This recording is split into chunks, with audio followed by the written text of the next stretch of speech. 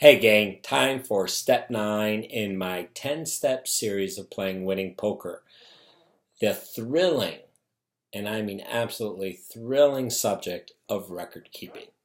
You know, all the great players in the game keep records. It's that simple. And the reason that is because if you're going to try and accomplish something and meet your goals, you got to be able to have them and establish them and then keep a record of how you're doing in pursuit of that. So record keeping, even though it's often overlooked, is a vital aspect to playing poker.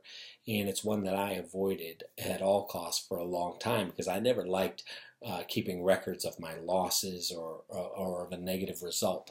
So what kind of record should you keep and how should you go about it? Well, first, of course, is your results. Your basic results should comprise of your time, what time you started, what time you finished, your location, where you played, and of course, money in or money out, your financial result. From that, you can extrapolate very important statistics like your return on investment, which you just take the amount of money that you've won or lost and divide it by the number of hours, and you're going to get your ROI. And for you cash game players out there, that's what the game is all about, is ROI. And so you're going to want to be able to track those results. So tracking your results by time, location, and money won or lost are the basics that you absolutely need to keep records on.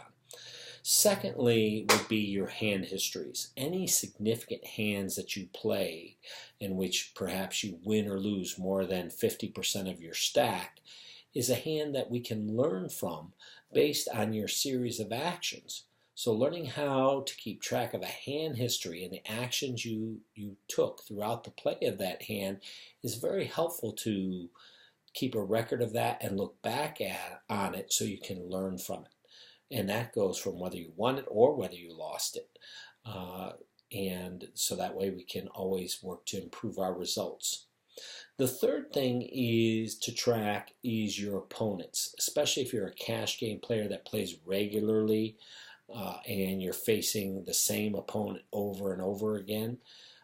Charting down their tendencies, how they play their draws, how they play their made hands, how they play on margin.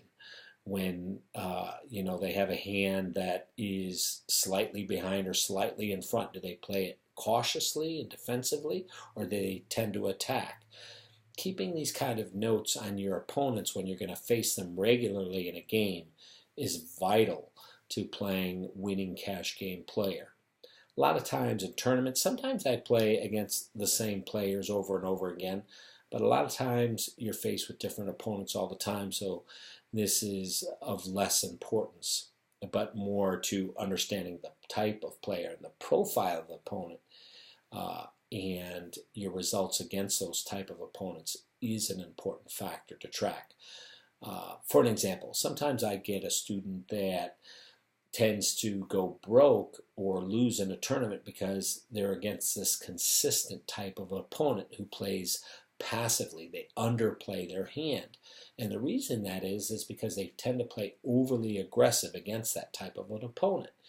And so when they underplay their hand, they go off for too many chips. So that would be an example of tournament players tracking their opponents, their styles, and so that you can learn from that and learn from your records to better your game.